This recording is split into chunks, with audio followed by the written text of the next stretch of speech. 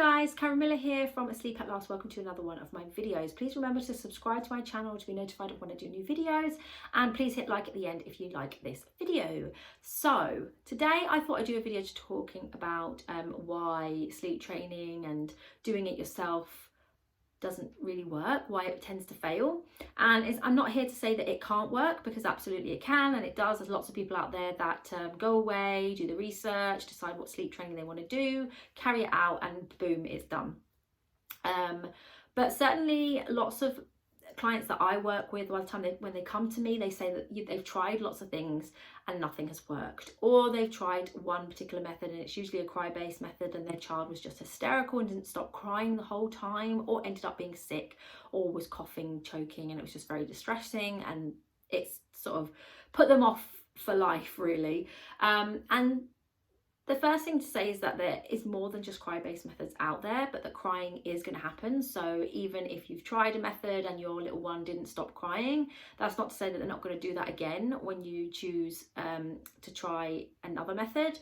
But making sure that you have the correct method for your little one's temperament and what kind of child they are, as well as the associations that you've got going on and the situation that you have at the moment, and the method that's right for you as a parent, is really, really key. So if you've got associations like breastfeeding to sleep, for example, if you think of it like a scale, the kind of like hardest associations to break are the ones like feeding to sleep or holding to sleep, versus the other end of the scale where it's just perhaps you've just got a little bit of motion going on, they're not used to sleeping in their beds at night, or you just help them, assist them to resettle, but they self-settle initially on their own. Perhaps you're just using a little bit of touch kind of thing.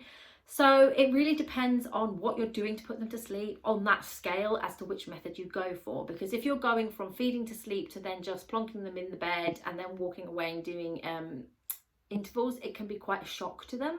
So it might be better to take things a bit more slowly and have a few more steps, weaning off the breastfeeding to sleep before you get to the actual sleep training. It's not to say that you can't do control crying, but you might want to work on weaning off the breast first, or some of the other associations first, before you get to that method. And very often people don't. They just decide one day, right, we're not doing this anymore. The next day they want things to change. They start the method and it's just absolutely horrific, basically. And the other thing is that, especially with the cry-based methods, people get them mixed up. So cry it out, control crying are two different methods. Control crying, lots of people get the intervals wrong. They're not age appropriate for the age of your child. So the older the child, the bigger the intervals need to be. Very often parents they're going in too much, and that can be very confusing for the child, and not giving them, because you're not giving them enough space to put themselves to sleep. So so there's the whole concept of not picking the right suitable method for your situation and for the temperament of your child and you as a family. But also not having the right mindset as well. So before you do any kind of sleep training, before you make these changes, you really need to go for it, and you really need to be committed and decide before you start that you're going to see it through. Because the other reason why they fail is that, it is really hard at the beginning. The first 2 or 3 nights are really tough, and you decide that you can't do it anymore, and you end up reverting back to what you were doing before, and then you're right back at square one. And then it's just there's no coming back from that, so you just give up. So before you just embark on any sleep training and any changes in general, you just really need to have that kind of can-do attitude. We can do this. Yes, it's going to be hard. Yes, there'll be crying involved. Yes, they may scream. They possibly may even choke, vomit. And by choke, I mean cough, choke, not actually choke.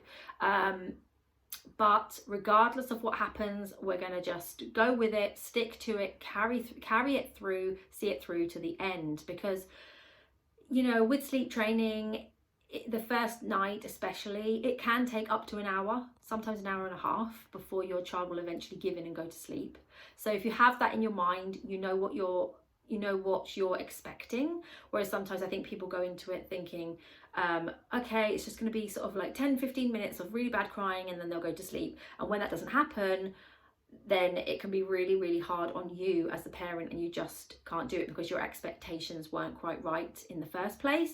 So make sure your expectations are correct, and make sure that you have the right mindset and you are committed and you're willing to follow it through. And that means as well that you have the time. So you've cleared your diary. If you need your partner's help, they're taking time off work to help you, support you for the 2 weeks solid, because it's usually, I'd say allow at least 2 weeks to really go for it.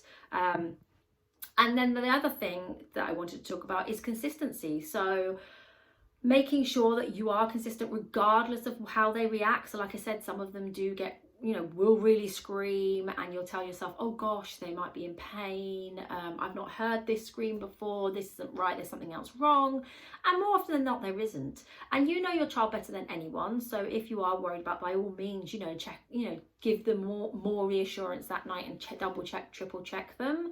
But ultimately, you need to know that the child needs to know that you're being consistent, because as soon as that consistency is not happening, it becomes confusing, and then it will take longer for them to learn the skill of putting themselves to sleep, and for them to learn to get the message that they're not going to get what it is that they typically get, or what it is that they're used to put them to sleep this time. This time they can do it on their own. They will do it on their own eventually, and you have to keep telling yourself that as well. And then as soon as they do it, that very first time you see them do it, you'll be shocked. My clients are often surprised, like, I can't believe. When you look back on it, when you're in it, it's really hard, but when you look back on it, you think, oh gosh, actually that wasn't as bad as I thought it was going to be, and they actually coped really well without the dummy, and they actually didn't need me as much as I thought they were going to need me. And you get to learn what it is that your baby wants from you and what they don't want from you as you go along, but you have to be consistent in your reactions. So yeah, whatever happens, even if they do get hysterical and you do need to pick them up and calm them down, you are still putting them back, and when they're calm, and you're still waiting for them to put themselves to sleep. And you have the best thing that you can keep in your mind, which is what I tell all my clients before we start on night 1, is that your job is to be there to reassure them and to help calm them down, but not to put them to sleep. And if you can have that in your mind for the bedtime and for the night wakes, if you just keep that in mind all the time, then you're more likely to follow through and more likely to be consistent, and you'll see results quicker. And yeah, it works. So I hope you found that useful, guys. Please hit like if you did, and remember to subscribe to my channel. Thanks, guys.